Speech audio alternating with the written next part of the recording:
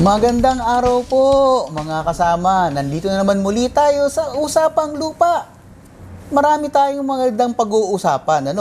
Ako po si Attorney George Katigbak ng Foundation for Economic Freedom at kasama ko si Atty. Edwin Tiamson na patuloy na magkukwento sa inyo sa ngayong araw ang pag-uusapan natin dito yung divorce bill kasi ipinasa na ito sa lower house. Yes, sa Ibig Kongreso. sabihin, mga dalawang hakbang na lang Maaari na itong maging batas. Kung wag lang masyado itong babarahin sa Senado, Attorney George, kasi alam mo naman dito sa lupa at saka yung divorce, kasi yung mga nag-aasawa na yan, ang unang investment lagi niyan talaga, mga lupa, nabili ang ganyan. Ano ba? Maganda ba ito pag may divorce law sa pamamahala ng lupa sa Pilipinas?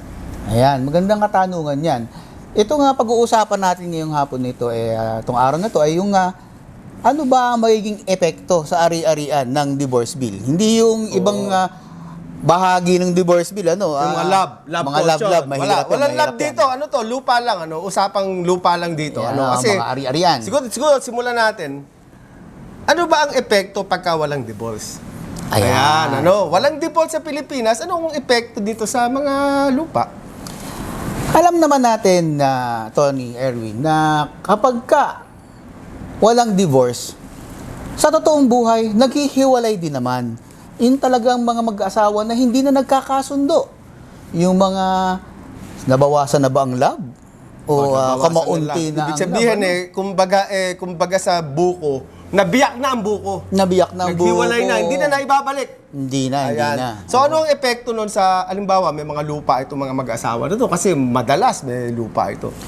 Yan, dyan nagkakaroon ng kalabuan. Kasi hindi naman, dahil kung wala tayong batas sa divorce, hindi rin nahahati ang mga lupa. ari-arian. So ibig sabihin parang forever. So ang epekto siguro nun, una, paano kung ibebenta na ang lupa ng mag-asawa na hiwalay na sa totoong buhay, pero mag-asawa pa doon sa batas?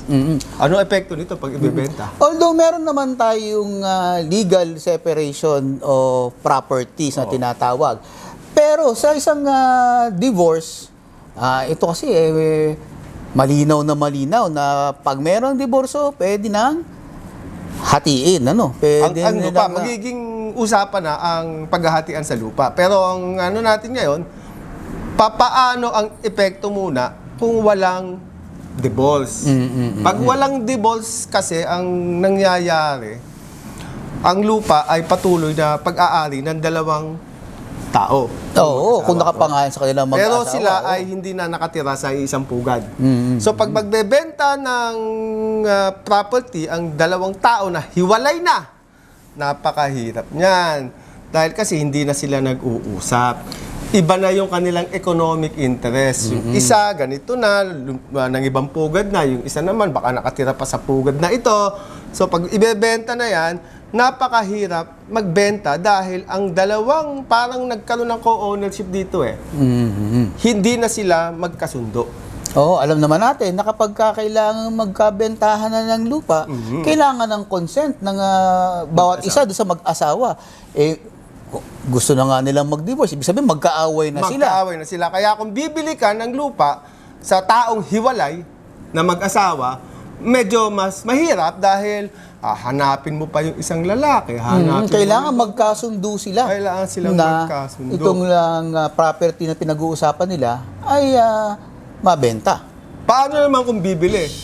Halimbawa, magkahiwalay na yung mag-asawa, magkahiwalay na ng pugad, magkahiwalay na ng pamilya, paano pag may bibilin sila?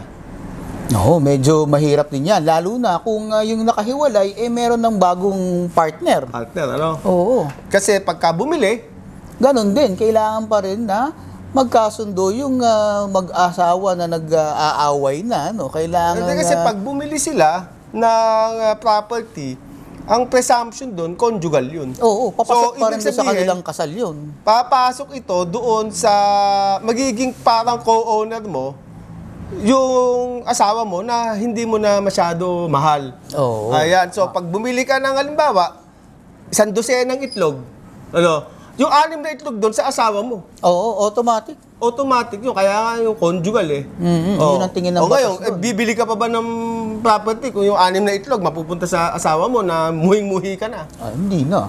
Sayang naman yung 6 na itlog. O so, anong problema doon? Yung hindi ka nakakabili ng property. Ano, ang ginagawa ngayon ng mga ibang kababayan natin ay Namemeke ng dokumento. Kaya sinasabi nila ay Sila ay single. single. Ano, Oo. ibig sabihin, talagang gagawa pa ng krimen itong mga to para makabili Oo, pinapatama ang mga dokumento. ng property. Para So, lang makabili. kahit hindi kasal sila, sasabihin nila sa mga dokumento, sila ay single. Bakit? Para yung 6 na itlog, hindi mapunta doon sa asawa nila na galit sila. Kahit sino ba naman, gusto mo bang bumili ng bagay pagkatapos yung kalahati, ibibigay mo doon sa taong galit ka? Oo, kaaway mo na nga yun, Kaaway mo bibigyan yun. mo pa. So, yun ang isang problema pagka walang divorce, ano? Yung magulo ang sitwasyon ng propriedad o yung property relationship ng dalawang tao na mag-asawa ay gumugulo, hindi makabili. At lalong gumugulo kapag nagsimula na silang magpatama o mameke ng mga dokumento. At mas lalo na kung patanda na sila ng patanda. Ayan, oo. Haba silang tumatanda, lalong gumugulo. So, halimbawa, may mga mamanahin yung lalaki na ari-arian. So, pagka lumanding sa kanya yung ari-arian na yun, makakahati na naman niya yung isang tao na wala na naman siyang interest. O Kaya yung nga. kahit yung namatay niyang magulang, baka namuhi na din doon. Ganun din. So, ibig sabihin hindi na ito masaya na sitwasyon. At halimbawa din yung mga anak nila na magmamana, magulo din kung ang mga property ay hindi malinaw sa ama, ay mas malabo na yun habang lumalaki ang pamilya. Kumbaga, parang nakumunoy na to habang tumatagal, mas lalo ka nababaon. So ngayon, ito ngayon ang isang dito sa property rights ng isang bansa, ng isang lipunan, maganda ba na walang divorce? Maganda ba sa ekonomiya ang walang divorce? Kung ang pag-uusapan, sir, property rights, sa tingin ko maganda ang may divorce. Maganda ang may divorce. Kasi pag walang divorce, ang nangyayari dito, pag may binibili kang lupa na pag-aari ng mga magkakahiwalay, na kasal sa papel pero magkahiwalay sa totoong buhay, tumataas ang transaction cost. Oo, kasi dumadami ang kailangang papeles. Dumadami ang kailangang papeles, mga dumadami steps, ang inaayos, Oo. dumadami ang hinahanap. At pag mataas ang presyo ng transaksyon, nawawala na ng gana ibang tao. Opo. At pag matagal na, nagkakaroon tayo ng tinatawag na disinterested owner. Ano ibig sabihin nun? Yung may-ari, hindi na interesado, yung isang asawa, hindi na interesado, pinabayaan na, pero sa papel, nandun pa din siya, hahanapin mo pa din siya, at yun, tumataas ang transaction cost. At nagiging idle din ang lupa, no? Tama, sir. Natetenga kung nawawala na ng interest.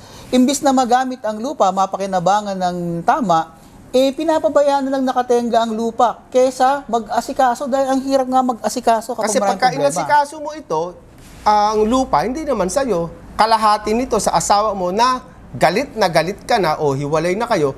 Kaya ang lupa ay hindi na napapabayaan ng lupa, no? Kaya napapabayaan. Sayang. Dahil kasi pag in-improve ng isa, yung improvement, yung kalahati mapupunta doon sa asawa na galit ka. Asawa na lang ito sa sa papel. Sa papel. Walang incentive, Walang incentive sa mag-asawa na paunladin pa man yung negosyo nila o yung magtanim sa lupa dahil nga kasi ang kita automatic na hahati.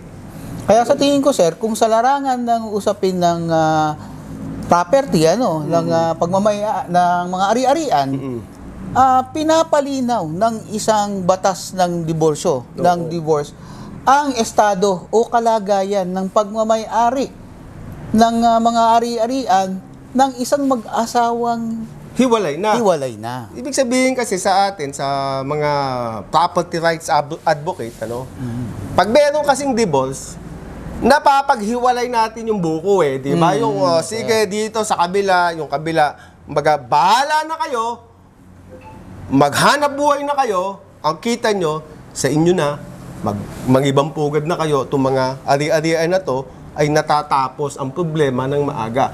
Pag walang divorce, yung mga problema sa ari-arian ay nababaon lang sa lupa. Ngayon, pagka after 40 years at saka mabubungkal ito dahil hindi na paghiwa-hiwalay, katakot-takot na problema na ang nakikita. Baka hindi lang nababaon, sir. Baka natatabunan pa. Natatabunan ng panibagong pa. problema. So, masaya. Lalong-lalo na kapag ka ng ibang pugad na, Ng tapos ibang pugad na. ang kapugad na bago, ay nagdadagdag ng mga ari-arian. So maganda sa ating property rights advocate, yung naniniwala na mayroon talagang dapat na pagkalagyan ang mga ari-arian natin sa mga tamang tao, tayo ay sumusuporta dito sa nangyaring divorce bill na to. Oo. Kasi Sa larangan ng pagmamay-ari ng property. Ang lupa ay magkakaroon ng mas maliwanag na may-ari at hindi matatali sa away ng mag-asawa. Mas magbibigay linaw kaysa magbibigay labo. Kaysa magbibigay labo. Hindi natatali yung mga property, mga lupa, doon sa mga walang hanggang kagalit. Yan. Kasi itong divorce, tatapusin ito yung kagalit eh. Yes, sir. At dahil yung mga walang hanggang kagalit, Oo. itong ating episode ito ay may hanggan. May hanggan ito. Kaya pero mga kababayan, yung hindi namin sinasabi na wala kaming moralidad dyan, na tama ba yan o mali yan. Kami ay naniniwala na itong divorce bill na to ay makakatulong ayusin ang napakarami at dumadami pang mga problema sa lupa na brought about by walang hanggang, walang katapusang pamimilit natin na mag-asawa ay magsama at ganun. Itong divorce bill na to, sana naman ay makapasa. Yes, sir. Yan. Sige. So, sir, paalam na tayo. Hanggang sa muli, ito po si Atty. George Katigbak ng FEF. At si Atty. Erwin Tiamson at subaybayan ninyo yung mga usapang lupa natin. Yung mga susunod na episodes. Yan. Hanggang sa muli, stay safe. Para sa karagdagang kaalaman at mga usapang lupa pa, like, share, and follow our social media platform.